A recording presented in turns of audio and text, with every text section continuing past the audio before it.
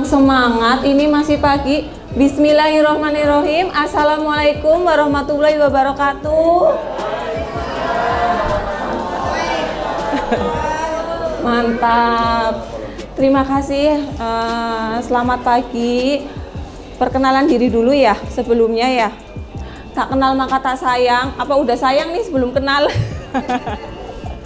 Perkenalkan, saya Ninda Puji Irianti. Di sini saya sebagai ahli gizi RSUD Brebes. Mungkin ada yang udah sering lihat muka saya ya kalau dirawat di Bangsal nih Bu ya. Pagi hari ini kami dari tim promosi kesehatan rumah sakit RSUD Brebes akan sedikit memberikan informasi tentang pemberian makanan pendamping ASI dan kemudian akan dilanjutkan sama Mas Aden tentang apa Mama? Pendaftaran poliklinik melalui mobile JKN ya Bu. Sebelumnya sehat semua enggak nih di sini? Sehat ya. Habis pulang dari sini harus sehat ya. Semangat ya. Iya. Kalau saya bilang semangat pagi, ikutin pagi gitu nggih. Biar semangat ya, nunggunya masih lama soalnya. Semangat pagi. Mantap jiwa.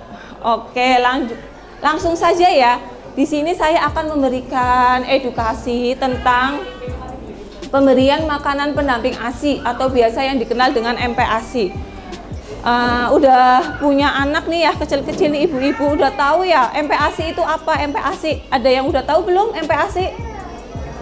Udah apa? Tadi saya baru bilang MPASI itu singkatan dari apa? Oh iya, udah pintar semuanya. Lanjut aja ya, lanjut Mas. Nggak kedengeran suaranya.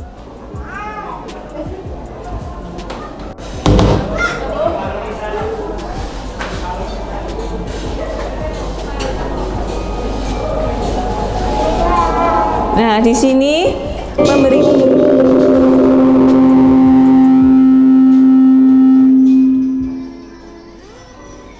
sini pemberian makanan pendamping ASI adalah sebentar. Ininya bilang.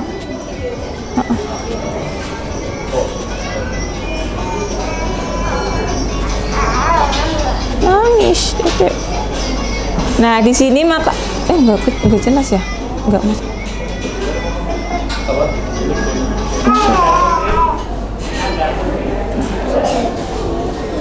Lanjut ya, makanan enggak jangan.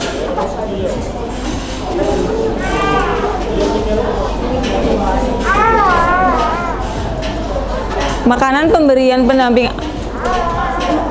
enggak apa-apa. Ini ulangnya.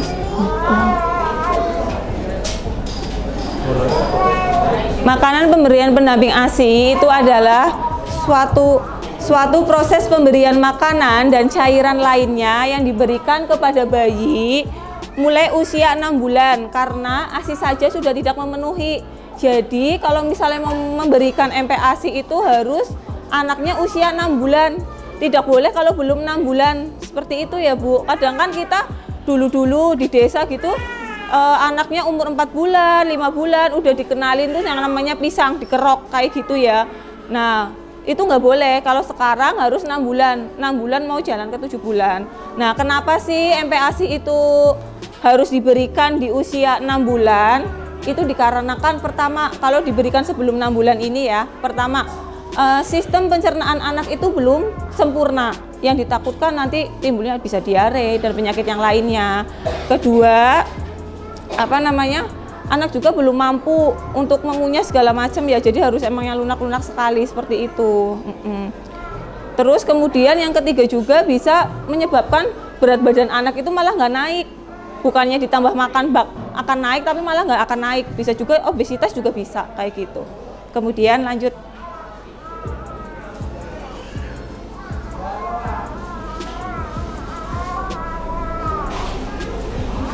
Nah, ini kita harus mengenali prinsip dasar MPASI, yaitu ada 4. Pertama, tepat waktu.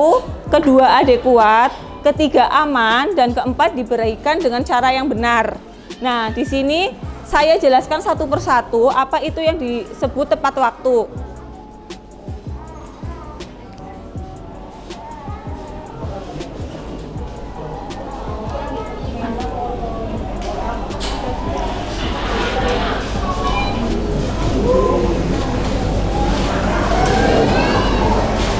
Ini ya, 4 dasar prinsip dasar pemberian MPASI.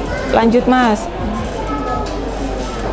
Nah, tepat waktu. MPASI diberikan saat ASI saja sudah tidak dapat memenuhi kebutuhan gizi bayi pada usia 6 bulan.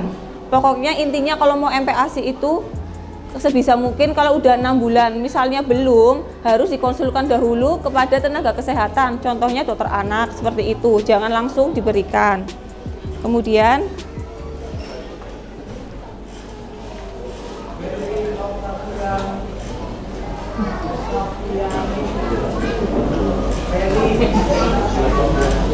lanjut Mas. Nah, yang kemudian adekuat ya, tadi yang kedua. Nah, adekuat ini MPASI mampu memenuhi kebutuhan energi, protein, mikronutrien untuk mencapai tumbuh kembang anak dengan mempertimbangkan usia, jumlah, frekuensi, konsisten atau tekstur dan variasi makanan.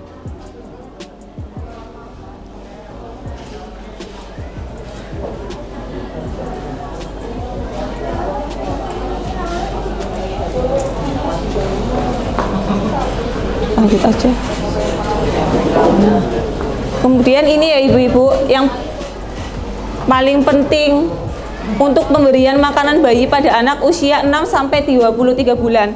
Jadi ini itu jadwal makannya ya, jangan asal diberi makan. Otomatis kalau dari awal anak itu MPASI-nya udah susah, nanti itu kesananya susah makan. Kalau udah usia 1 tahun udah makin pusing ngasih makanannya. Jadi seperti ini. Untuk anak usia 6 sampai 8 bulan kebutuhannya hanya 200 kilokalori. Jadi nggak terlalu banyak nih, nggak usah kalau makannya hanya sedikit saja. Nah, konsistensi atau tekstur awal mula anak diberikan MPASI itu dimulai dengan bubur kental atau makanan lumat. Jadi harus di blender halus dulu. Jadi agak kental, bukan yang cair sekali, masih ada kentalnya sedikit. Kemudian frekuensinya itu 2 sampai 3 kali setiap hari. 1 sampai 2 kali selingan dapat diberikan. Jadi bisa 2 kali makan, 2 kali selingan, atau 3 kali makan, 1 kali selingan, seperti itu. Ini bisa sama ASI ya. Jadi jadwal pemberiannya itu misal adiknya bangun jam 6 pagi dikasih ASI, kemudian nanti dikasih makannya misal jam 8 pagi itu makan bubur lumat ya, kemudian nanti jam 10 ASI lagi, jadi jeda 2 jam, jam 8 makan, jam 10 ASI, jam 12 makan lagi, terus jam 2 ASI lagi, nanti jam seterusnya selingan lagi kayak gitu. Pokoknya 3 kali makan, 1 kali selingan, dijeda 2 jam sekali sama ASI. Kemudian jumlah setiap kali makan ya ini ya, mulai dengan 2 sampai 3 sendok makan setiap kali makan. Tingkatkan bertahap hingga setengah mangkok berukuran 120 ml. Jadi biasanya kalau anak usia 6 sampai 8 bulan, misalnya 6 bulan itu minimal cuma 6 sendok makan, berarti kan sedikit ya Bu. Jadi emang nggak harus banyak-banyak karena lambungnya tuh masih kecil. Nanti pas usia 8 bulan dilanjut lagi 8 sendok seperti itu, makannya bertahap. Lanjut.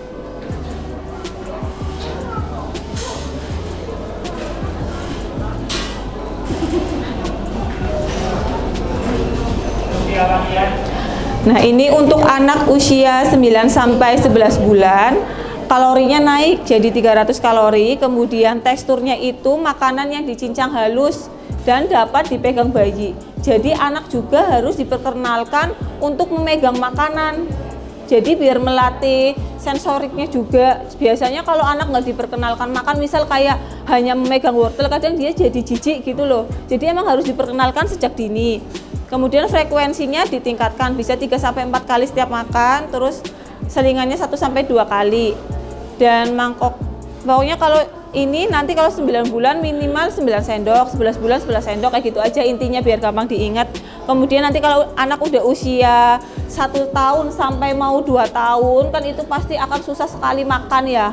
Pasti jadi trouble gitulah, jadi masalah.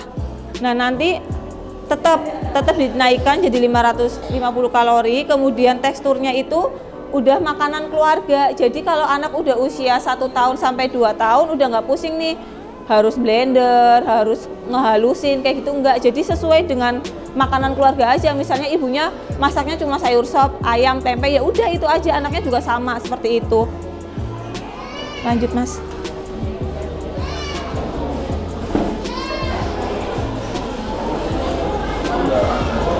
Lanjut, next aja, Mas.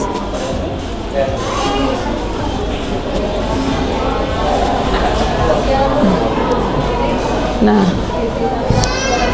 ini usia untuk anak usia 6 sampai 8 bulan. Karena ini kan bayi memiliki ukuran lambung yang masih kecil, jadi lambungnya itu kecil sekali, jadi makanannya nggak usah yang banyak-banyak.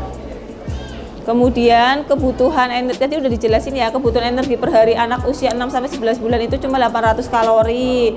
Nah, diberikan 2 sampai 3 kali makanan utama.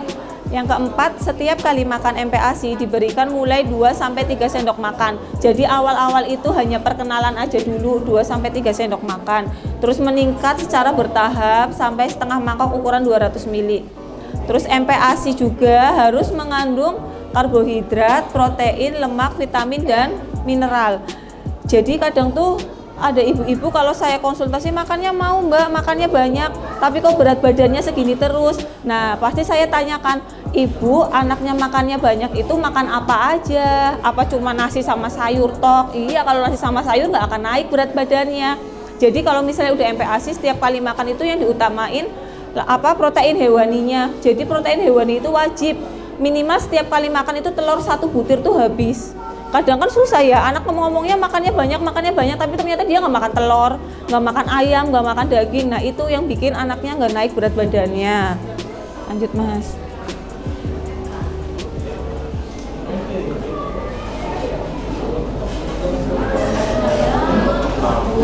Nah kemudian ini, berikan makanan selingan yang bergizi. Jadi misalnya udah anak usia udah 6 sampai 8 bulan, harus misalnya boleh nih dibikin bubur kacang hijau atau selingannya buah naga. Jadi bubur sumsum pun masih boleh dia.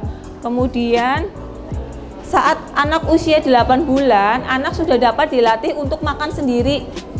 Jadi harus dilatih untuk makan sendiri biar tahu dia megang sendok, biar tahu dia bisa nyuapin sendiri. Jadi jangan melulu harus disuapin.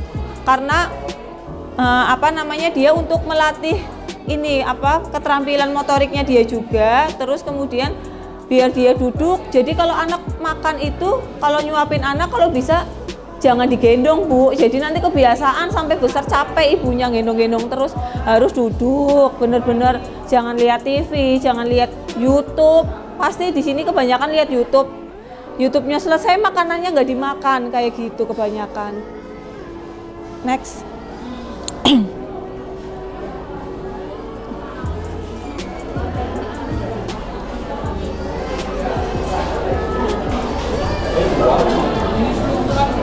Nah ini kemudian untuk anak usia 9 sampai 11 bulan diberikan 3 sampai 4 kali makan utama, kebutuhan energi perharinya 800 kalori. Iya, monggo.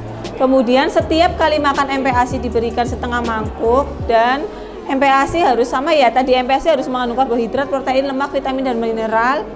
Terus ini berikan makanan selingan 1 sampai 2 kali sehari. Contohnya untuk anak usia 9 sampai 11 bulan ya Bu. Jadi contohnya bisa puding susu, puding buah, puding roti, perkedel kentang, nagasari, kroket, kue lumpur, banyak banget contohnya. Jadi kalau misalnya anaknya di rumah nggak mau makan, gimana caranya ibu tuh berpikir lagi, nggak mau ini berarti bikin ini.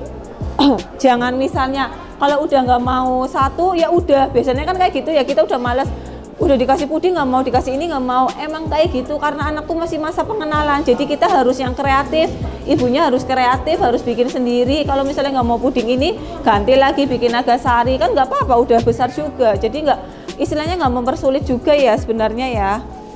Lanjut Mas.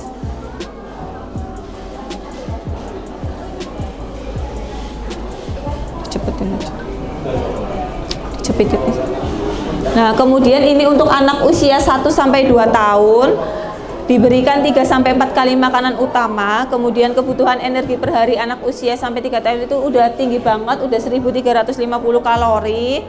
Kemudian berikan paling kurang 1-2 kali makan selingan. Nah, ini kalau udah anak usia 1-2 tahun itu biasanya kita ngasihnya ciki ya Bu, wafer ya Bu, yang gampang ya. Kalau bisa ganti lagi. Kalau bisa ganti lagi mana? Nah, ganti lagi, bikinin pergedel jagung, bikinin pergedel kentang, nagasari, pisang hijau, alpukat. Maksudnya kalau bisa makanan-makanan yang tinggi kalori, jangan wafer, crackers, kayak gitu. Kebanyakan kita ciki yang gampang, terus akhirnya batuk, berat badannya nggak naik, pusing lagi ya Bu.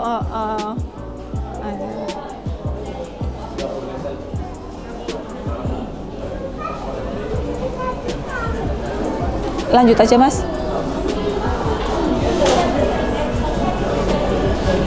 Sini lagi. Sini lagi Mas. Nah ini nih. Nah ini sedikit saya jelasin apa itu karbohidrat. Barangkali ibu-ibu bingung karbohidrat itu taunya cuma nasi, terus apalagi kayak gitu ya. Sini contohnya bisa beras, biji-bijian, jagung, gandum, sagu, sama umbi-umbian. Jadi misalnya anaknya nggak mau makan nasi, bisa nih kita ganti bikin sandwich pakai roti tawar, bisa dikasih singkong, bisa dikasih jagung. Biasanya kalau udah nggak mau makan nasi ya udah pasrah biasanya kayak gitu ya. Lanjut. Kemudian ini kalau protein hewani udah tahu semua ya, contohnya ya kayak telur, ikan, ayam, daging gitu. Paling yang murah kan telur ya Bu. Jadi pakai telur juga nggak apa-apa sebenarnya. MPASI dari awal nih kita bikin telur, terus nanti di blender kayak gitu nggak apa-apa. Yang penting nanti dikasih gula, garam sedikit, sama salam laos kayak gitu biar nggak amis kayak gitu ya. Lanjut. Nah jadi ini protein hewani seperti unggas kayak gitu. Nah sumber protein hewani ini mengandung asam amino yang lengkap dan mineral dengan bioavailabilitas yang baik serta memiliki daya serap yang baik, sehingga pemberian protein hewani dalam MPASI sangat diprioritaskan. Jadi misalnya kalau nggak ada tempe harus ada protein hewani. Pokoknya protein hewani itu wajib.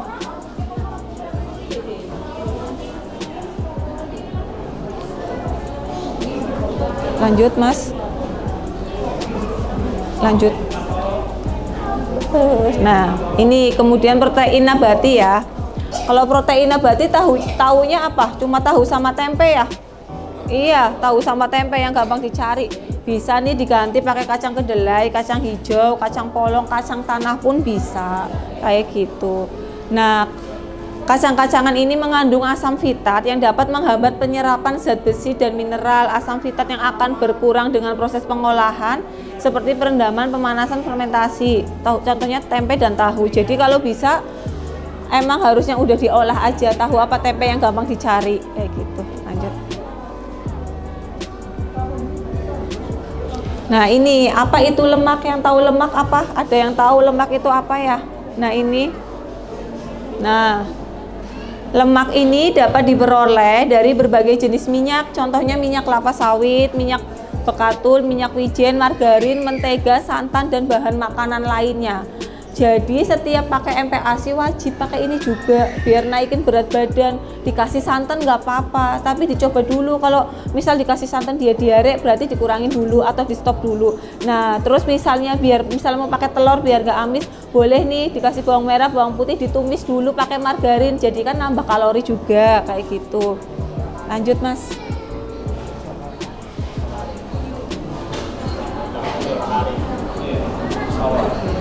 Nah ini nih contoh protein hewani yang gampang banget dicari di pasar ya Bu. Jadi bingung nih, nggak harus ikan salmon, ikan yang kayak gitu nggak usah, nggak apa-apa. Pakai ikan lele nggak apa-apa, pakai ikan kembung nggak apa-apa, ikan tongkol, ikan tenggiri kayak gitu. Yang gampang-gampang aja. Jadi pakai ikan mujair pun nggak apa-apa, nggak harus pakai ikan salmon seperti itu. Lanjut. Nah ini, lalu apa itu vitamin dan mineral? Nah, vitamin dan mineral dibutuhkan oleh tubuh. Kemudian buah dan sayur merupakan sumber vitamin A dan C, terutama yang berwarna kuning, orange, dan hijau.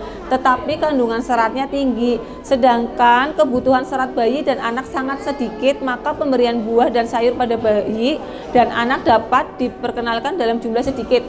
Nah, jadi gini Bu, dulu itu pertama kali anak MPASI pasti dikasihnya pisang hijau ya, dikerok ya. Padahal itu nggak boleh, karena apa? Seratnya terlalu tinggi, jadi menyebabkan konstipasi, anak itu nggak bisa BAB. Kalau di orang dewasa itu kan banyak serat malah bikin bisa BAB-nya lancar ya. Jadi kalau buat anak-anak itu kebalikannya. Kalau anak itu kebanyakan makan sayur sama makan buah, dia malah nggak bisa BAB kayak gitu. Jadi buah sama sayur itu diperkenalkan hanya sedikit saja buat perkenalan kayak gitu, bukan buat makanan utama. Jadi kayak gitu ya. Jadi kalau misalnya anaknya, coba kalau misalnya anaknya nggak bisa BAB, dilihat lagi apa dia kebanyakan sayur, apa dia kebanyakan buah, seperti itu. Next. Apa ini? Kemudian pemenuhan kebutuhan vitamin dan mineral dapat diperoleh dari bahan makanan lainnya. Contohnya sumber karbohidrat, protein hewani dan nabati. Sumber zat besi dan seng berasal dari protein hewani yang lebih mudah diserap, misalkan daging merah dan hati ayam. Jadi kalau misalnya mau pakai hati ayam pun boleh direbus dulu kayak gitu biar gak amis. Next Mas.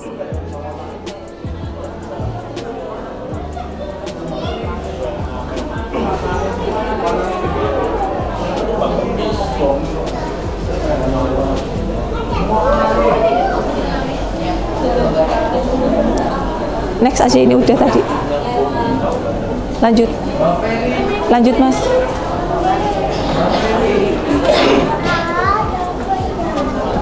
Ini udah ya tadi ya? Ini ya? Nah ini. Nah, ini bayi dan anak membutuhkan asupan protein dan lemak lebih banyak dan sedangkan serat lebih sedikit dibandingkan orang dewasa. Jadi kalau misalnya MPASI, kalau misalnya anaknya pengen berat badannya naik setiap bulannya, dilihat juga makanannya. Jadi harus makanan yang mengandung protein tinggi dan lemak tinggi. Berarti setiap kali makan harus ada protein hewani dan juga lemak. Nah, lemak ini bisa berasal dari santan tadi ya, santan, minyak. Pokoknya setiap kali makan harus ditumis, kalau enggak dikasih santan seperti itu. Nah, dan serat lebih sedikit dari orang dewasa. Lanjut.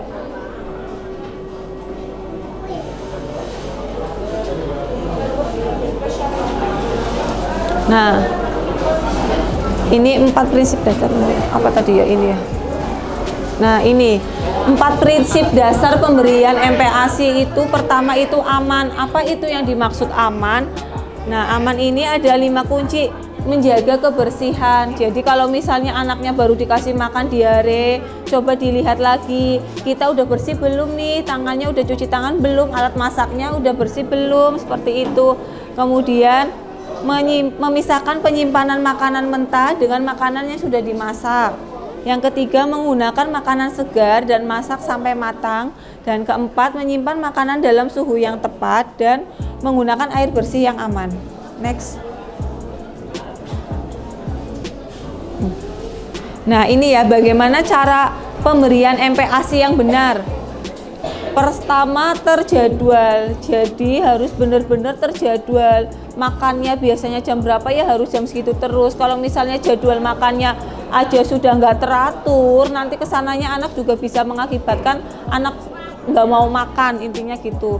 Jadi terjadwal. Yang pertama, jadwal makan dan makanan selingan teratur dan terencana. Lama makan maksimal 30 menit.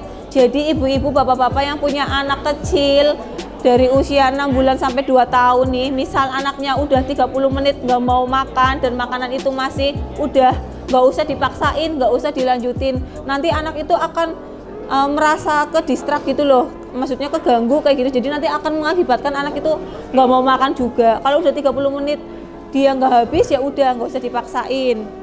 Terus kemudian yang kedua, lingkungan yang mendukung. Hindari memaksa meskipun hanya makan hindari memaksa makan meskipun hanya makanan 1-2 kali suap. Nah, kemudian hindari pemberian makan sebagai hadiah. Jadi kita nggak usah mengiming-imingi kalau dia mau makan, yuk ayo makan, nanti kita beli mobil-mobilan, nggak boleh sama sekali. Nanti repot. Terus kemudian hindari pemberian makan sambil bermain atau menonton TV. Biasanya kita ibu-ibu ya udah capek ya, anaknya nggak mau makan, diliatin YouTube, diliatin TV, akhirnya apa? Nonton TV, makanannya masih banyak, nggak dimakan juga. Dilanjut, next mas.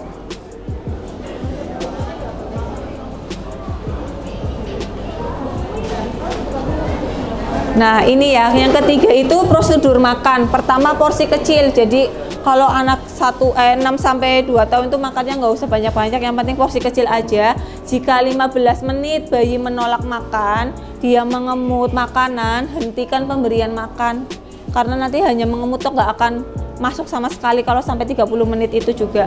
Kemudian bayi distimulasi untuk makan sendiri, dimulai dengan pemberian makanan selingan yang bisa dipegang sendiri.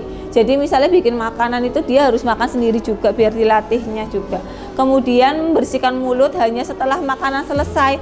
Jadi misalnya anak nih lagi makan 30 menit belum selesai, berantakan sekali, ya sudah nggak apa-apa, hanya 30 menit aja. Kadang kita juga gembos ya, berantakan kayak gitu nggak apa-apa, nanti dibersihinnya setelah makanan selesai.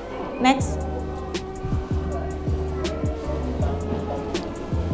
Nah kemudian ini hal-hal yang perlu diperhatikan dalam pemberian MPASI. Pertama, perlu mengenali tanda kesiapan bayi. Tanda kesiapan bayi mau makan. Pertama, biasanya tuh bayi usia 5 bulan tuh kadang udah pengen makan banget ya. Contohnya refleks menjulurkan lidah mulai berkurang. Kedua, refleks muntah sudah mulai melemah. Ketiga, kepala sudah mulai tegak dan dapat duduk dengan bantuan. Keempat, memperlihatkan minat pada makanan lain selain ASI. Jadi kalau misalnya anaknya udah bisa duduk tegak kayak gitu meskipun tanpa bantuan, itu udah salah satu kesiapan anak siap untuk MPASI. Next.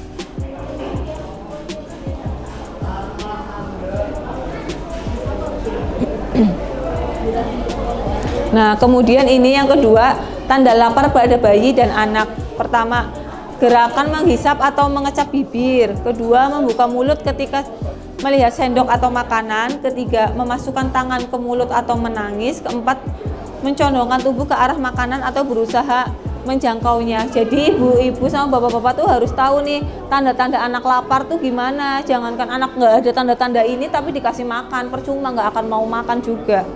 Next.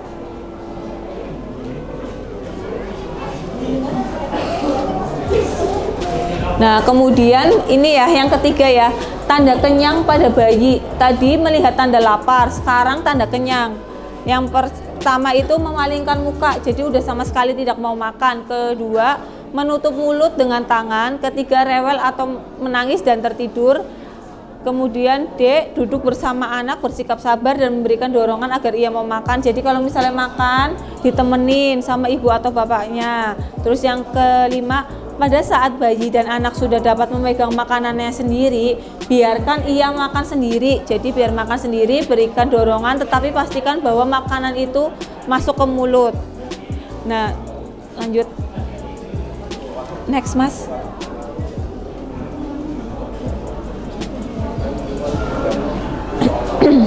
Cepetin aja, Mas. Nah, terus ini lagi ya. Biasakan makan bersama keluarga untuk menciptakan suasana yang dapat meningkatkan perkembangan psikoafektif. Kemudian hindari memberikan anak terlalu banyak minum sebelum dan sesudah makan. Kemudian berikan pujian kepada anak bila dapat menghabiskan makanan. Next.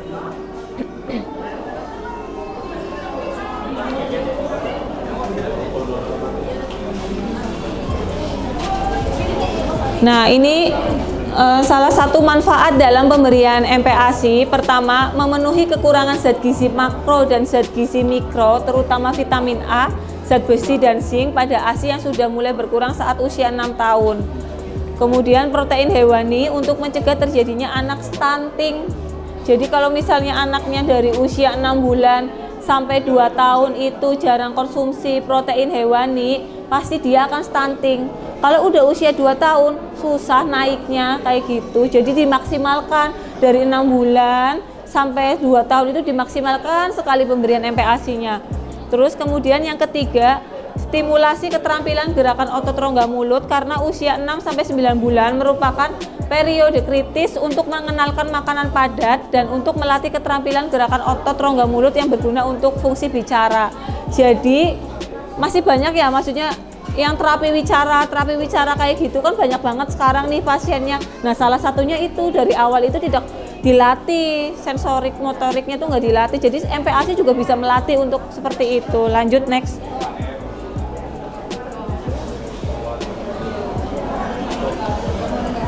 Nah, kemudian ini ya, penyiapan MPASI. Yang pertama itu harus higienis, harus bersih dan sanitasi. Yang kedua itu memilih bahan makanan yang mengandung karbohidrat, protein hewani, protein nabati, lemak, vitamin dan mineral, terutama zat besi dan seng. Yang ketiga, pemberian sejumlah minyak atau lemak sebagai sumber energi yang efisien. Yang keempat, tekstur, mempertimbangkan kemampuan oromotor. Jadi teksturnya itu menyesuaikan sama usia anak aja. Terus kemudian penggunaan gula dan garam dibatasi dengan jumlah tertentu. Jadi gula garam itu cuma sedikit aja, nggak boleh terlalu banyak. Next.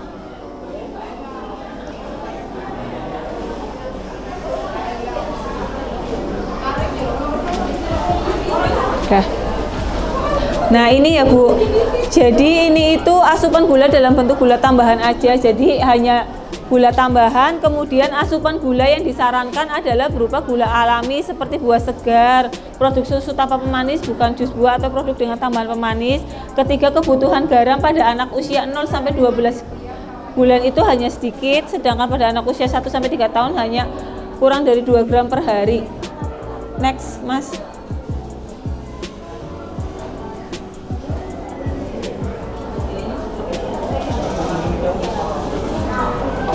Sudah kayaknya selesai ya, habis selesai Bu. Gimana, udah jelas apa belum ya? Tadi saya jelasin sedikit-sedikit itu tentang MPASI, masuk ya, mudeng ya, paham ya, maksudnya dapat ilmu ya tadi ya sedikit ya. Iya, langsung tanya jawab Mas. Barangkali yang tadi saya jelaskan ada yang ingin ditanyakan, mumpung masih ada nih, ada yang ingin bertanya enggak ya? Mau bertanya Ibu? Udah jelas semua. Apa ingin ada yang maksudnya barangkali masih bingung atau ada yang ingin dipertanyakan? Biasanya nanti kalau sampai rumah baru keinget ya, ininya apa, yang mau ditanyain apa.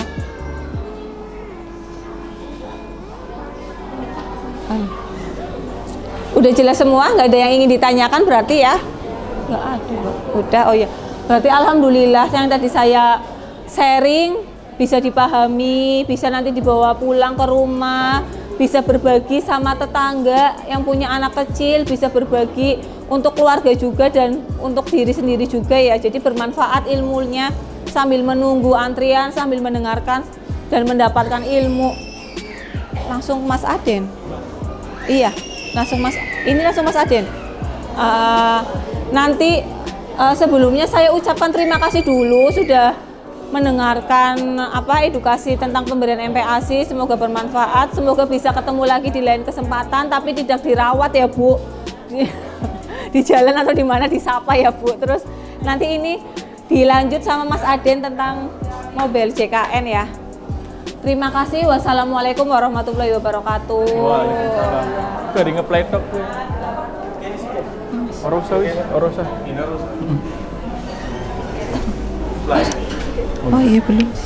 Assalamualaikum warahmatullahi wabarakatuh. Mohon izin Bapak Ibu perkenalkan diri, saya Aditya Mas Pranawa, saya staf tim Humas di RSUD Brebes. Di sini ada sedikit sosialisasi tentang bagaimana sih cara mendaftar poliklinik rawat jalan di RSUD Brebes melalui aplikasi mobile JKN. Karena dari BPJS sendiri perlu diketahui bahwa per 1 Oktober dari BPJS itu 1 November ya, 1 November BPJS mewajibkan untuk seluruh pasien poliklinik rawat jalan itu mendaftarnya melalui aplikasi mobile JKN. Jadi ini ada video tutorial untuk mendaftar melalui aplikasi mobile JKN. Wong tuh. Mana suaranya ora? Suaranya aja men, ini bener kuwe. Ya, cerit. Ulangi.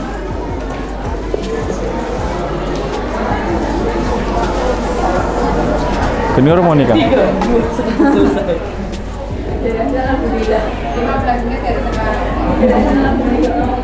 Junior mau nikah. Speaker out, speaker out. Sampai.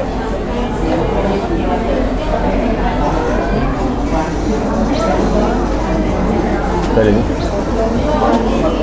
Cara mendaftar dan klinik rawat jalan RSUD Brebes melalui aplikasi mobile JKN.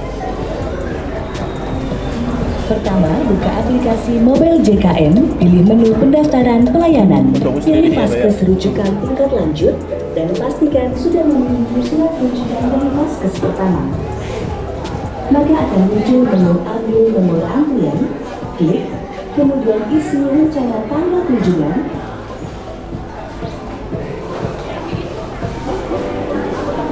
klik tombol daftar pelayanan, kemudian muncul nomor antrian.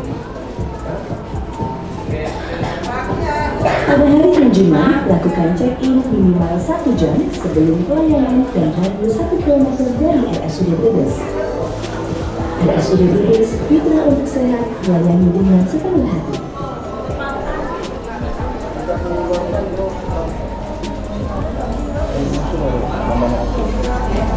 Cara mendaftar poliklinik rawat jalan RSUD Brebes melalui aplikasi mobile JKN.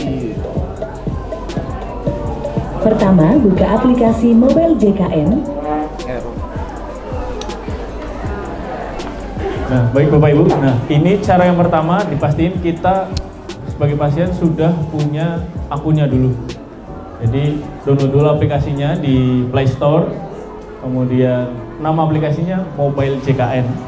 Kemudian nanti daftar di situ. Kalau sudah daftar, pastikan Ibu kalau mau periksa ke Vaskes pertama dulu ya, minta surat rujukan. Nanti otomatis dari Vaskes pertama itu sudah menginput ke akun Mobile JKN Bapak Ibu. Nah, nanti ketika sudah buka aplikasinya, nanti ada menu dengan logo pendaftaran, pelayanan, atau antrean. Nanti bisa dipilih. Mas Ari. Monggo. Play. Nah, setelah dipilih, pause. Pause. Pasti, Boy. Sudah memiliki surat Di pause. rujukan dari Vaskes pertama. Nah, setelah back. Ya, terus. Ya. Nah, setelah diklik nanti ada 2 pilihan. Jadi sebenarnya aplikasi ini bisa juga untuk mendaftar di Vaskes tingkat pertama.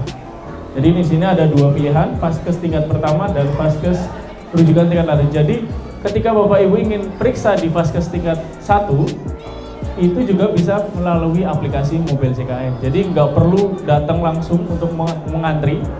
Jadi bisa langsung booking atau pesan dari rumah.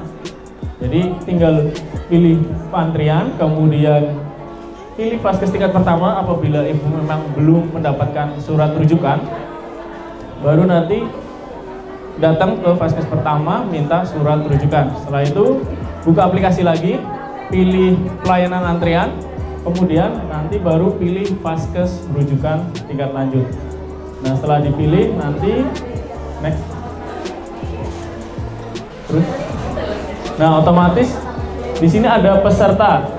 Peserta ini biasanya kan satu kakak itu ada beberapa akun, beberapa nomor BPJS ya Bu ya. Nah, di sini nanti bisa dipilih sesuai dengan nama yang ada yang didaftarkan di nomor rujukan.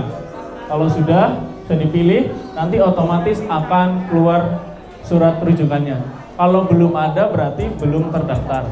Gitu. Baru bisa mendaftar pelayanan antrean itu ketika sudah mendapatkan surat rujukan. Jadi tinggal diklik, ambil antrean. Next.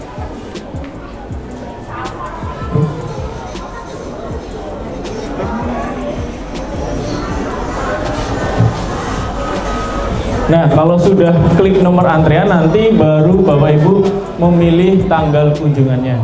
Nah, di sini dari aplikasinya hanya memilih 2 tanggal, jadi di H+1 atau H+2. Next. Nah, ini dicontohkan di tanggal 11 September atau di tanggal 12 September. Mas Ari. Next. Nah, setelah memilih tanggal, nanti di bawah pilih tanggal rencana kunjungan itu ada pilih dokter. Nah, di sini bisa dipilih dokternya sesuai dengan kemauan Bapak Ibu semua. Setelah sudah, baru klik tombol daftar pelayanan.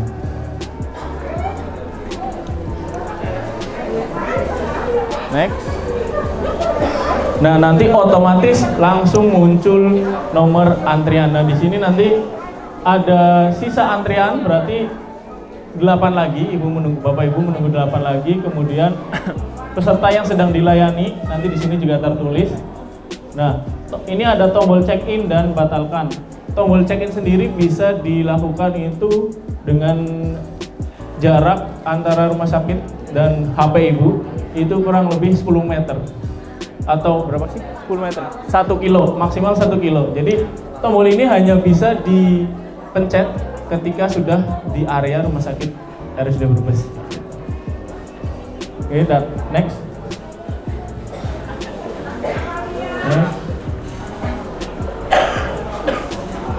Nah, ketika sudah dapat nomor rujukan tadi, sudah dapat nomor antrian tadi, bisa langsung bilang ke petugas kami yang di depan, Pak, saya sudah daftar melalui mobil JKN, ini nomornya, nanti akan diarahkan sama petugas yang ada.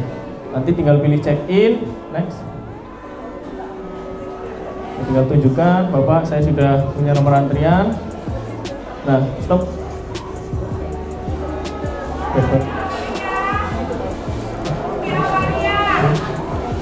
Nah, nanti Bapak Ibu diarahkan untuk melakukan scan barcode yang ada, entah itu di meja. Kami juga memasang di setiap loket, itu ada logo seperti ini.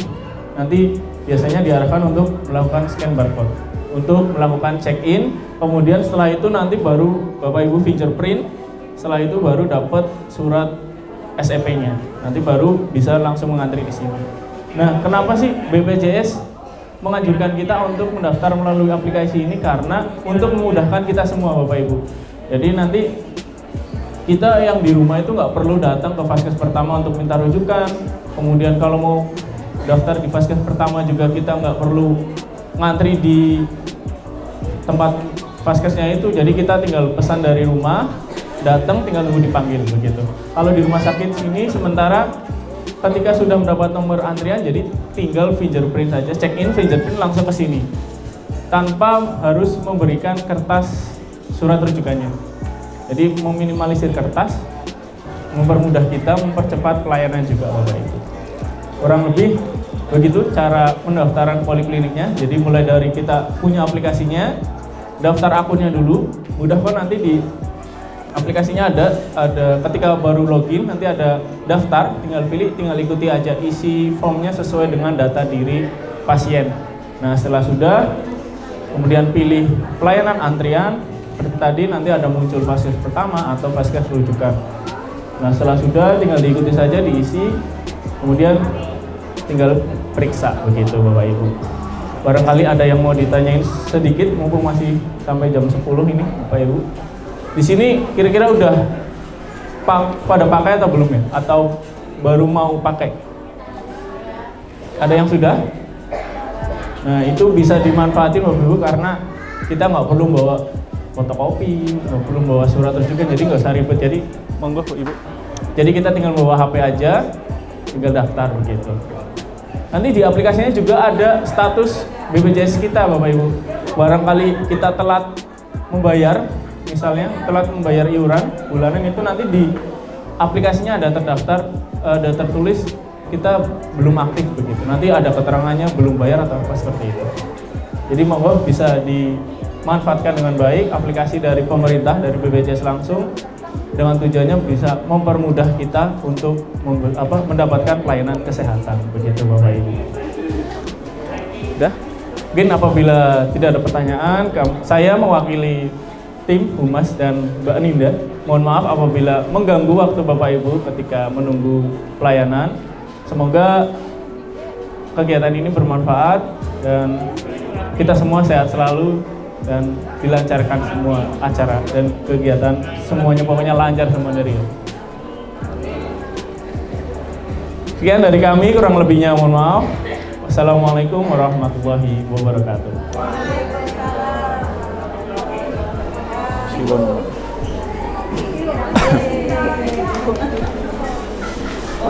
Iklan.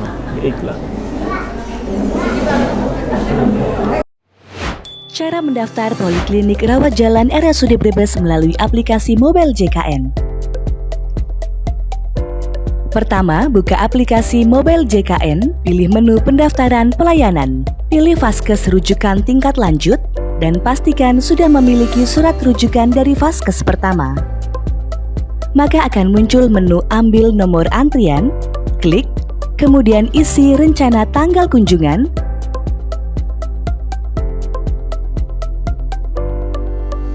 klik tombol daftar pelayanan, kemudian muncul nomor antrian. Pada hari kunjungan, lakukan check-in minimal 1 jam sebelum pelayanan dan radius 1 km dari RSUD Brebes. RSUD Brebes, mitra untuk sehat, melayani dengan sepenuh hati. Cara mendaftar Poliklinik